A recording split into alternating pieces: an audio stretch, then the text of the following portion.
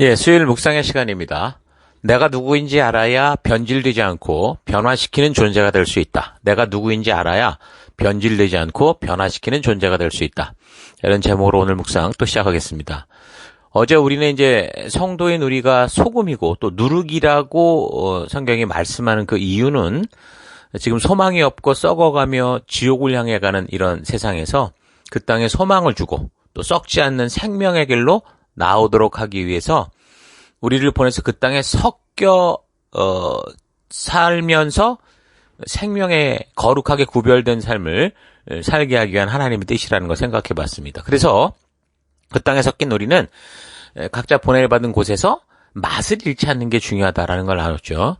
그렇다면 성도의 맛을 잃지 않는 모습으로 사회 속에 나가서 이 세상의 사람들을 거룩한 생명으로 인도하는 그런 영향력을 미치는 누룩과 같은 소금과 같은 그런 그리스도인이 되려면 우리가 그 맛을 잃지 않고 살아가려면 어떻게 될까? 이번 주가 우리가 두 가지 정도를 생각해 볼게요. 첫 번째는 구원받은 내가 누군지, 그러니까 성경을 통해 바른 정체성을 알아야 된다는 겁니다.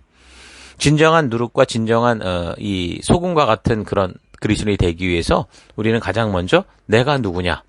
성경을 통해 바른 정체성을 알아야 된다는 거죠. 뭐 계속해서 나누고 반복해 이야기하던 거죠. 내가 누구인지를 알게 하는 것. 그게 바로 교회와 목사와 성도, 리더들의 그런 사명인 거죠. 나는 하나님의 백성이다. 나는 그리스도인이다. 나는 하나님이 보내신 이 열방의 대사다. 나는 세상의 빛이다. 나는 세상의 소금이다. 나는 하나님의 사랑받기 위해 태어난 존재다. 그러니까 이런 자신의 신분, 성경이 말씀해 주시는 성도의 이 아이덴티티를 철저하게 알게 하는 그 일이 바로 교회의 사명, 성도의 사명이라는 겁니다. 강단의 사명이라는 거죠. 그러니까 모든 성도들을 하나님의 말씀대로 믿고 복음으로 철저히 무장시키는 게 교회와 성도가 존재하는 그런 유일한 일이고 우리 사명인 거죠.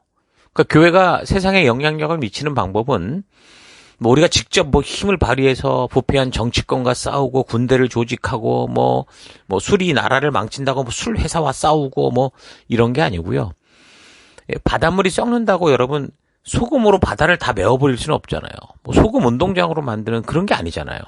바닷물을 썩지 않게 하는 방법은 비록 2.8% 정도의 적은 양이지만 중요한 것은 그 소금이 그 맛을 잃지 않고 물에 잘 섞여 있을 때 그때 그 바다는 썩지 않고 오히려 생명을 주는 그런 곳이 되잖아요.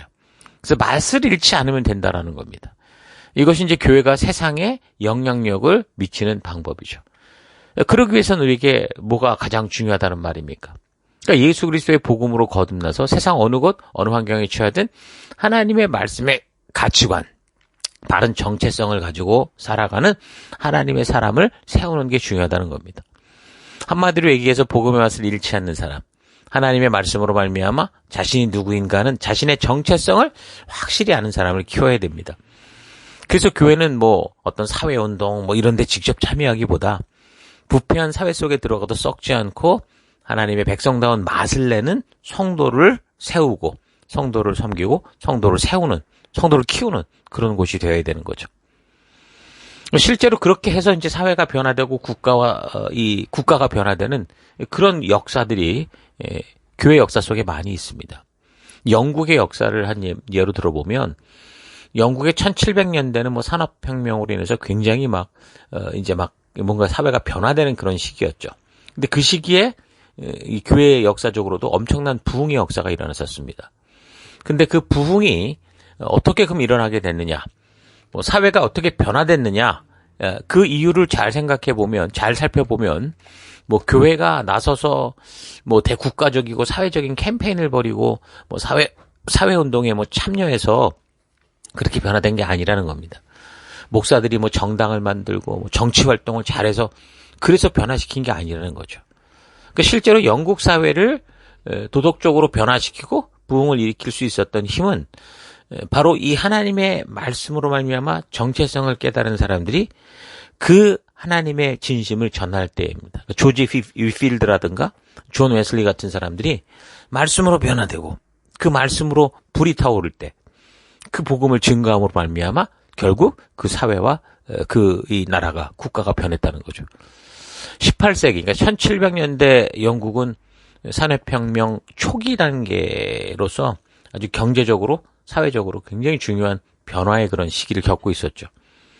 근데 참 그게 이 변화라는 게 쉬운 게 아닙니다. 그래서 길거리에는 술 취하고 뭐 도박에 도적질에 뭐 자살 뭐 이런 게 마치 막 전염병처럼 퍼져 있는 그런 상황이었습니다.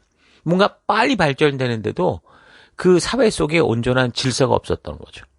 그 인구의 10% 정도가 런던에 살았는데 영국에 대다수가 극심한 가난에 시달렸고 가난한 사람들이 사는 집에는 항상 질병들이 많았습니다. 그러니까 불안정한 생활에 절망감과 좌절감에 빠진 사람들은 일종의 해소책으로 이제 술 먹고 싸우고 폭력에 매춘에 도박에 이런 데 빠져들어서 살아가는 게 이제 사회적인 분위기였죠. 그 영국의 브리스톨 같은 지역도 역시 별반 다를 바 없이 거기엔 광부들이 많았는데 광부들이 뭐 하는 일이 늘 술 먹고 방탕하게 사는 그런 거예요. 하루하루 살아가는 그런 삶이었습니다. 그런데 그곳에 이제 존 웨슬리 같은 복음 전도자가 가서 복음이 증거될 때 이제 변화가 일어나죠. 1739년 복잡한 이 브리스톨 도시 외곽에 위치한 이 킹스우드라는 곳에서 광부들이 이제 하루 일과를 마치고 지친 몸을 안고 집으로 돌아가는 그런 어느 늦은 오후, 그러니까 혹독한 노동으로 사실 하루 일과를 마친 광부들의 모습은 무척이나 지쳐 있었죠. 근데 바로 이런 사람들에게 웨슬리가 교회당이 아니라 그냥 야외에서 이 복음을 외쳤던 겁니다. 예수께서 갈릴리 지역에서 공생의 사역을 시작하실 때 사용하셨던 똑같은 본문, 누가복음 4장, 그 말씀을 본문으로 광부들에게 설교를 하죠. 이 존 웨슬리가 그때 자기의 경험을 이렇게 일기에 적었습니다. 오후 4시에 나는 상식에서 조금 더 벗어난 일을 하기로 했다. 나는 도시에 접하고 있는 약간 높은 언덕에 서서 약 3,000명의 청중에게 구원의 기쁜 소식을 선포했다. 내가 선포한 성경 말씀은 다음과 같다. 주의 성령이 내게 임하셨으니 이는 가난한 자에게 복음을 전하게 하시려고 내게 기름을 부으시고 나를 보내사 포로된 자에게 자유를, 눈먼 자에게 다시 보게 함을 전파하며 눌린 자를 자유케 하고 주의 은혜를 전파하게 하심이라. 이게 1739년 4월 2일에 적은 내용입니다. 그러니까 그의 설교는 지금 절망 속에 있는 광부들의 영혼을 향한 그런 뭐 설교 정도가 아니라 그냥 그대로 불덩어리였다고 그러죠. 그래서 불쌍한 영혼들을 향해 그 막혔던 그 화산이 터져 오르듯이 그의 입에서 그냥 그 말씀이 그냥 뿜어져 나온 겁니다. 그러니까 처음 모인 사람들이 뭐 200명 정도밖에 안 됐었는데 그렇게 이제 5번째 그렇게 계속 나가서 설교를 할 때 그곳에 이제 10,000명이 넘는 그런, 그 다음에는 또 거의 2만 명 가까운 그런 인원들이 모여서 결국에 복음이 이제 들어가는 역사들, 가는 곳마다 그런 홍수를 이루는 그런 일들이 됐다는 거죠. 그래서 그렇게 하나님의 진심, 복음을 전하는 웨슬리의 말씀을 듣고 회심하는 사람들이 생겨난 겁니다. 그래서 그 이후에 어떤 일이 벌어졌는가? 전체적으로 보면 이제 브리스톨 이 도시 전체 문화가 바뀌기 시작했습니다. 그러니까 말씀이 광부들의 인생을 변화시키니까 그들의 영성과 그들의 지성의 변화가 찾아왔죠. 자신들이 어떤 존재인지를 알아가기 시작했습니다. 요즘에 보면 메타인지라는 얘기를 많이 하는데, 사실 메타인지라는 게 자연스럽게 생각하고 노멀하게 살아가는 그런 삶의 패턴을 다시 한번 되돌아보고 조명하게 하는 거라고 볼 수 있거든요. 그러니까 하나님의 말씀이 바로 그런 역할을 합니다. 이제 유행처럼 나오는 메타인지, 그게 아니라 이미 성경 우리에게 처음부터 하나님은 그런 삶을 살라고 말씀하셨죠. 그러니까 그런 일이 벌어진 겁니다. 그러니까 이제 단지 사회를 탓하고 시대를 탓하고 술 마시고 살다가 죽어가는 인생이 내 인생이구나. 그렇게 생각하고 살았는데 하나님의 말씀이 들어가니까 그런 생각에 대한 다른 생각을 가지게 되는 거죠. 그래서 이게 내가 바른가? 라는 이런 생각을 하게 되니까 그 늘 사회의 문제였던 그저 그냥 앞날이 없이 하루하루 살기 위한 술과 폭력과 이런 것들이 이제 끊어지기 시작한 거죠. 그러니까 쉽게 돈 벌 것이라는 그런 기대에 도박하고 싸움하고 분노로 사는 그런 인생이 내 인생이 아니구나라는 걸 알게 되는 겁니다. 그런 사실을 말씀을 통해 알게 되니까 쉽게 돈 벌기 위해서 분노로 싸움만 하던 사람들이 오히려 삶의 바른 의미를 찾고 더 미래를 생각하고 하나님이 주신 참된 의미를 따라가기 시작한 거죠. 그 당시 산업도시의 하층민들은 온 가족이 다 노동에 매달려야 겨우 살 수 있었습니다. 하루에 거의 15시간씩. 그런 노동에는 어린 아이도 예외가 없었습니다. 어린애도 어른과 똑같이 그런 과한 노동에 시달렸고 교육이나 도덕적 훈련을 받을 그럴 기회가 없었습니다. 그러다가 이제 쉬는 날이 되면은 어떻게 쉬는 날이 뭐 주일이 되면 그냥 고삐 풀린 망아지처럼 그냥 도시 구석구석에서 일탈 행위들을 하는 거예요. 그래서 애들이 어려서부터 술 배우고 담배 피고 그 싸움은 그냥 어린이들이 하는 그냥 유일한 삶의 방식이었다라는 거죠. 그렇게 그런 아이들이 자라서 그럼 청년이 되고 어른이 되면 그 사회가 어떤 사회가 되겠습니까? 그게 바로 그 1700년대 뭔가 엄청난 발전을 이룬 것 같은 영국 사회 산업혁명 시대의 그런 모습이었다라는 거죠. 그런데 말씀이 바르게 들어가게 되니까 우리의 아이들이 이렇게 대우받고 박해받고 이렇게 그냥 짐짝처럼 쓰여서는 안 되는구나. 진정한 사람의 인권, 그 아이들의 인권에 대해서 깨닫게 되는 거죠. 그 당시 아동에 대한 어떤 관념은 그냥 아동 자체에 대해서 큰 관심이 없었습니다. 그저 그냥 이런 상황 속에 잘 먹고 완전 죽지 않고 살아나면 나중에 이제 군사가 될 것이고, 그러니까 군사력, 또 일시키는 경제력, 그런 걸 확보하기 위한 어떤 수단 정도로 생각하고, 그렇게 그냥 아이들을 그냥 끔찍한 아동 노동의 그런 이런 일들이 아주 관행되던 아무렇지도 않게 생각하던 그런 시대였죠. 근데 이제 말씀을 통해서 이 다음 세대의 주인공들인 아이들의 소중함을, 아이들의 인권을, 인간의 인권을 깨닫게 되니까 이제 아이들을 이용하는 게 아니라 교육을 시키려고 했죠.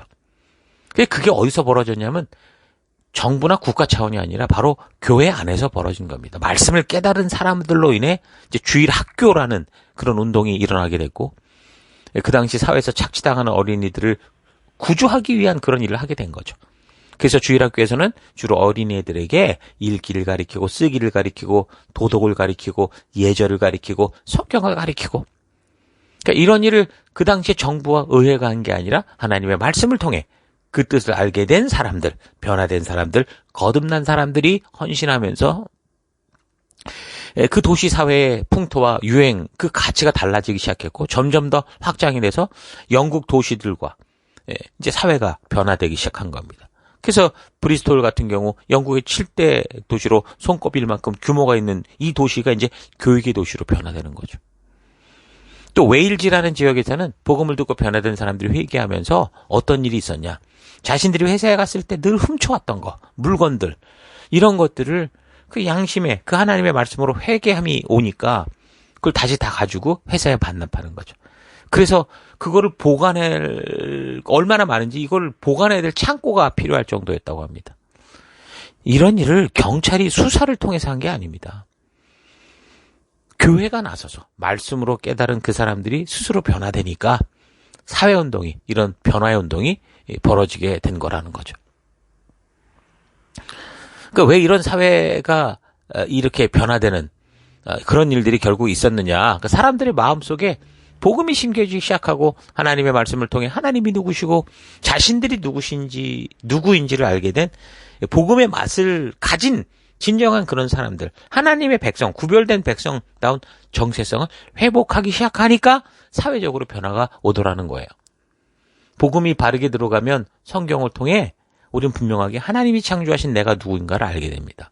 내가 이 땅에 무엇을 위해 존재하고 왜 살아야 되는지. 복음으로 말미암아 바르게 알게 되면 바로 그 부르심을 아는 사람들이 결국 살아가는 사회 구석구석 곳곳에 어떤 일이 벌어집니까? 하나님의 말씀의 가치가 주도하는 그런 변화가 일어나죠. 그게 바로 하나님 나라의 확장입니다. 또 영국 같은 경우 이 노예제도에 대한 이 폐지에 이르는 그 역사를 보면 노예제도를 폐지시키는 아주 핵심적인 인물이 윌리엄 윌버포스라는 사람이었거든요. 이 윌버포스가 아주 막강한 어떤 사회적 이론과 뭐 국가적인 어떤 타이틀을 가지고 뭐 그렇게 노예제도를 폐지했느냐 보면 그렇지 않습니다. 그 당시에 노예라는 거는 이 영국이란 나라에 막대한 부를 만드는 핵심적인 국가 사업이었습니다. 근데 그 노예제도가 어떻게 영국 사회에서 그럼 무너지게 됐느냐. 그 시대에 노예를 부리는 거는 저들의 당연한 가치였고 부를 증식시키는 당연한 그런 어떤 시대 흐름이었고 노예제도를 가지고 뭐 양심의 꺼리낌을 받는 그런 사회가 아니었어요.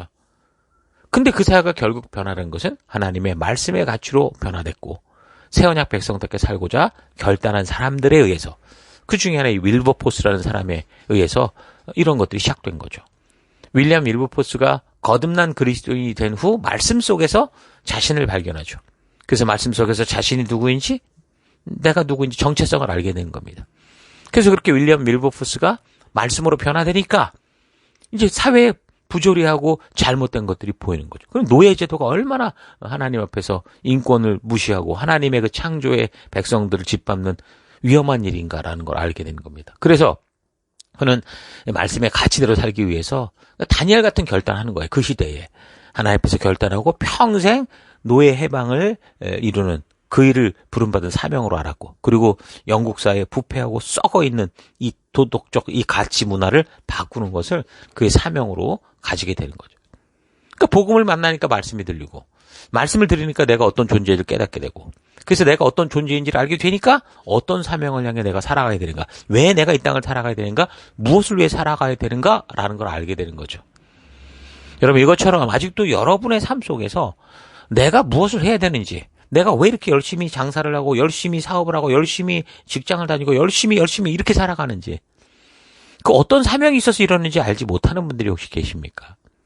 여러분 성경 속에서 여러분들이 어떤 존재인지를 바르게 깨달아 하나님의 그 나를 창조하신 그 정체성을 온전히 알고 그 말씀의 확실함 가운데 거할 수 있기를 바랍니다. 아직도 자신의 사명이 분명하지 않은 이유, 살아야 될 이유, 열심히 일해야 될 이유, 아침에 눈을 뜨고 일어나야 될 그 이유, 우리의 자녀들을 교육할 이유, 이런 것들이 분명하지 않은 그런 거는 하나님의 말씀을 통해 자신이 어떤 존재인지 확실하게 깨닫지 못했기 때문이라는 거죠. 윌리엄 윌버포스가 말씀으로 변화된 후 결국 그는 노예 해방운동 그리고 영국의 관습, 이 부패한 도덕을 하나님의 가치로 변화시키는 것이 바로 하나님께서 주시는 그의 평생의 사명이다라는 걸 알게 됐고 그래서 그는 1784년 하원 의원에 당선이 되는데 그때부터 1787년 노예제 폐지 운동을 이제 벌이면서 온 일생을 그렇게 헌신하게 되죠. 그래서 그렇게 헌신한 후 20년 동안 그냥 바로 된 게 아니에요. 20년 동안 수많은 시련과 난관 속에서도 헌신을 포기하지 않고 이 노예제도를 폐지하기 위해서 애를 쓴 거죠. 그래서 1807년 드디어 이제 영국 내에서 노예 무역 금지 법안이 통과가 됩니다. 노예제도 폐지가 아니라 노예 무역 금지 법안. 그러니까 그거 하나님 앞에서 결단하니까 하나님이 그냥 결단한 글을 보고 저절로 순식간에 그냥 하루아침에 이 세상과 이 세상 풍토를 바꾼 게 아니죠. 그는 헌신했고 하나님의 뜻을 알았고 그래서 그의 삶, 늘 살아왔던 삶의 곳곳에서 20년 동안 수많은 어려움들과 싸우고 절망과 싸우고 저항하는 세력들과 싸우고 이해시키고 버티고 그 부르신 길을 달려감으로써 그 일을 이루게 된 겁니다. 그래서 1814년엔 노예제 자체를 폐지시키기 위한 이제 온갖 운동을 조직적으로 만들고 법안을 만들고 그래서 이제 1833년 7월 29일 그가 생을 마감하기 2주 전인 12일에 노예제도가 폐지되는 걸 목격하고 그 노예제 폐지로 시작한 19세기가 완전히 식민지화로 끝나는 것은 목격하지 못하고 그렇게 이제 눈을 감게 되죠. 폐지됐다는 소식은 들었어요. 근데 이제 그게 이제 19세기 완전히 식민지화가 끝나는 그런 거는 보진 못했죠. 어쨌든 1787년 결단과 함께 시작해서 1807년 1월 노예 무역 폐지 법안 가결되고 1833년 노예제도가 폐지되기까지 그가 부름받은 그때로부터 46년 동안 그의 온 일생을 바쳐서 하나님이 나를 가게 하신 그 길을 따라 노예제도 폐지와 영국의 관습 즉 도덕을 하나님의 가치를 따라 살도록 개혁하는 일을 위해 평생을 살아내므로 영국의 노예제도가 폐지되고 더불어 영국 사회의 가치 기준들이 하나님 말씀의 가치대로 그 방향을 바꾸는 일들이 시작이 된 겁니다. 그러니까 사람이 복음으로 변화돼서 하나님이 말씀하시는 자신이 누구인지를 깨닫고 그 말씀의 가치대로 살고자 결단해야 자신의 처한 삶의 그 현장이 어느 곳이든 복음의 맛을 잃지 않고 이 땅을 변화시키는 사람이 될 수 있는 겁니다. 단지 교회를 다니고 있다는 게 아니라, 단지 죽음의 홍해를 건너서 구원받은 존재가 됐다라는 게 아니라 신의 산까지 가서, 그러니까 말씀 앞에 가서 하나님의 진심을 만나고 하나님의 백성답게 살아가는 그 세상과 다른 가치와 규례들이 무엇인지를 온전히 알아서 하나님의 말씀으로 구별된 거듭난 사람이 돼야 되는 겁니다. 아직도 여러분의 삶 속에서 내가 무엇을 해야 되는지, 나에게 어떤 사명이 있는지 알지 못하는 분들이 있습니까? 성경 속에서 여러분들이 어떤 존재인지를 깨달아 그 말씀의 확실함 가운데 거할 수 있기를 바랍니다. 아직도 자신의 사명이 분명하지 않은 이유는 하나님의 말씀을 통해 자신이 어떤 존재인지를 확실하게 깨닫지 못했기 때문입니다. 구원받은 백성일 수는 있겠죠. 그러나 하나님의 계시의 말씀인 성경을 통해 하나님을 진심을 만나지 못해서 거듭나지 않았기 때문에 여전히 교회당을 다니는 종교인이 될 뿐인 겁니다. 그래서 목적 없이 흘러가고 툭하면 세상에 휩쓸리고 하나님 원망하고 그런 절망하는 삶을 사는 거죠. 그래서 저는 우리 시티 이 교회를 통해서 우리 셀들 속에서 만나는 이 모든 우리 지체들의 만남을 통해, 나눔을 통해, 또 주일에 드려지는 이 말씀을 통해 우리 한 사람 한 사람이 복음으로 변화돼서 하나님의 말씀으로 자신이 누구인지를 확실히 아는, 자신의 정체성을 아는 그런 거룩한 구별된 그리스도인으로 거듭나서 보냄을 받은 각자의 삶의 터 곳곳에서 말씀의 가치로 살아가는 하나님 나라를 세우는 사람들이 세워지기를 소망하며 그렇게 우리가 달려오고 있습니다. 이 시티 교회가 존재하는 목적인 거죠. 그래서 그렇게 성장한 이 교회 안에서 정체성을 깨달은 우리 지체들이 멜번 속으로, 호주 속으로, 열방 세계 속으로 그 소금의 맛을 잃지 않는 그런 하나님의 복음의 말씀의 가치를 가지고 이 열방 속에 사람들을 수없이 보내는 그런 교회로 계속 우리가 존재할 수 있기를 기대합니다. 벌써 우리가 이곳에서 사역한 지 15년이 됐는데 15년의 사역을 마친 지금 그런 우리 지체들이 변함없이 누룩의 삶을 살아내고 있는 거 참 감사할 일이죠.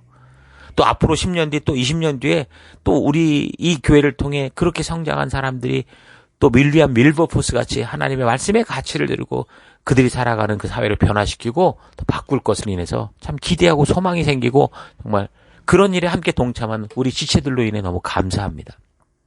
여러분 힘내서 이런 복음의 길을 걸으며 복음의 맛을 잃지 않는 그 한 사람, 생명 낳는 생명을 세워가는 한 사람, 하나님의 말씀으로 말미암아 자신의 정체성을 바르게 깨닫는 그 한 사람을 세워나가는 우리가 되십시다. 2022년 이 셀 사역을 통해서 우리가 그런 일들을 묵묵히 감당해가는 여러분과 제가 되기를 바랍니다. 복음의 맛을 잃지 않는 사람을 세워가십시다. 교회가 규모를 부풀려서 정치가들까지 와서 굽신거리며 표를 구하는 그런 어떤 압력 집단처럼 돼서 교회가 자꾸만 사회 문제 전면에 나설 그럴 필요는 없습니다. 말씀으로 자신이 누구인지 바르게 깨닫고 변화된 성도들, 그 사람들을 키워야 되는 거예요. 우리가 처한 이 사회 속에서, 열방 속에서 그런 영향력을 미치는 누룩과 같은, 소금과 같은 그리스도인답게 살아가기 위해서, 그래서 우리 먼저 내가 누구인지 하나님의 말씀 안에서 자신의 영적인 아이덴티티를 명확히 아는 그런 거룩한 주의 백성들 되기를 바랍니다. 자, 오늘 하루 나는 진정으로 거듭난 하나님의 백성인지 좀 되돌아보십시다. 단지 교회를 오래 다니고 있다는 것이 아니라 진정으로 말씀을 통해, 그 가치를 통해 하나님의 진심, 하나님의 의도를 만나고, 그래서 하나님의 말씀이 그의 법도와 규례와 명령과 계명의 그 가치관이 내 삶의 절대 기준이 된 모습인가를 되돌아봐야 됩니다. 아까 메타인지 얘기를 잠깐 했는데 메타인지의 중요한 핵심도 결국 분명한 기준이 있어야 거기로부터 평가가 가능하다는 거예요. 그 말씀의 기준을 붙든 자들이 그 비로소 묵상이 가능하고 비로소 메타인지가 가능하다는 거죠. 예수님께서 이 땅에 오셔서 복음을 전하고 외친 대상은 이스라엘 백성들이었습니다. 제자들을 파송하실 때도 이방인이나 사마리아 사람들에게 가지 말고 먼저 이스라엘 백성 가운데 하나님이 잃어버린 양을 찾아가라고 하셨습니다. 그러니까 구약의 역사 속에서 하나님의 뜻을 가지고 왔던 선지자들도 하나같이 하나님의 구원을 얻은 약속의 백성들에게 보냄을 받아서 하나님의 진실한 뜻을 전했습니다. 왜 그렇습니까? 많은 사람들이 아니라 바로 그 사람들이 바르게 깨어있으면 그 사회, 그 나라와 그 국가가 변화되기 때문이죠. 다시 말하면 오늘날 교회를 다니는 우리들, 성도들, 약속된 백성인 우리 또한 그런 사명을 가지고 있다라는 겁니다. 왜 그렇습니까? 우리가 하나님과의 약속의 자리에서 벗어나 하나님의 뜻이 아닌 자기의 생각대로 살아가고 있다면 이 땅이 변화되지 않기 때문이죠. 번뇌를 받은 백성들이 복음의 맛, 성도의 맛을 잃고 세상을 이끌어서 생명으로 인도하기보다 오히려 세상에 함께 휩쓸리고 있기 때문에 하나님은 그 선지자들을, 하나님의 말씀을, 우리 예수님을 우리 가운데 보내신 겁니다. 왜 홍해를 건너 구원받은 백성들이 세상에 휩쓸리는 인생이 됩니까? 바로 신의 산까지 가서 하나님의 진실을 만나고 하나님의 뜻을 아는 그런 거듭남의 과정이 없었기 때문입니다.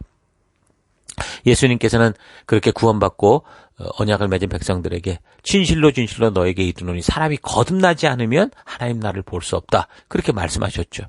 우리는 거듭남이 무슨 신비한 체험이라고 생각하는 경우가 많은데 진정한 거듭남이란 물과 성령으로, 다시 말해서 하나님의 은혜, 그리고 그 하나님의 은혜로 말미암는 부르심에 대해서 하나님의 말씀을 통해 하나님의 진심을 바르게 알므로, 그래서 이제부터는 진정으로 하나님 백성답게 하나님의 말씀대로 가치대로 살아갈 것을 결단하는 것, 그게 거듭남입니다. 진리의 성령 하나님께서 여러분들을 말씀으로 부르시고 말씀을 통해 깨닫게 하시는 하나님의 진심을 만나야 진정으로 거듭나서 변화될 수 있는 거죠. 구원의 은혜를 입은 여러분 모두가, 우리 모두가 진정으로 하나님의 말씀을 통해 하나님의 진심을 만나는 거듭난 성도들이 되기를 바랍니다. 그 말씀 안에서 온전한 자신의 정체성을 깨닫는 우리가 되기를 바랍니다. 그래서 내가 소금되고 누룩된 하나님의 백성이다라는 사실을 잊지 않고 여러분 각자가 살아가는 삶의 더 곳곳에서 진정한 그리스도의 향기를 내는 거룩한 백성들 될 수 있기를 주의 이름으로 축원합니다. 자, 오늘 하루도 힘내십시오. 잠시 기도하겠습니다.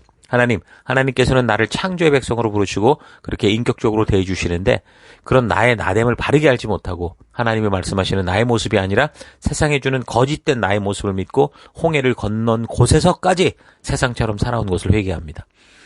무엇보다 내가 누구인지 성경을 통해 바르게 만나는 삶 되기 원합니다. 그래서 교회에서 종교적인 일을 배우면서 성도 같은 흉내를 내고 사는 그런 인생이 아니라 진정으로 하나님의 진심을 알기에 진정한 성도다운 삶을 살아가는 내가 되기 원합니다.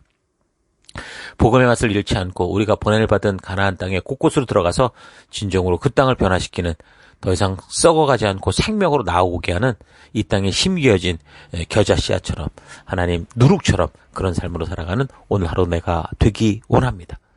말씀을 통해 내가 누구인지를 알아야 변질되지 않는 하나님의 백성 된다라는 사실 잊지 않고 오늘도 이 말씀을 통해 내가 누구인지를 바르게 깨닫고 알아가는 귀한 하루 될 수 있도록 인도하여 주셔서 함께 하심을 감사드리고 예수님 이름으로 기도했습니다. 아멘.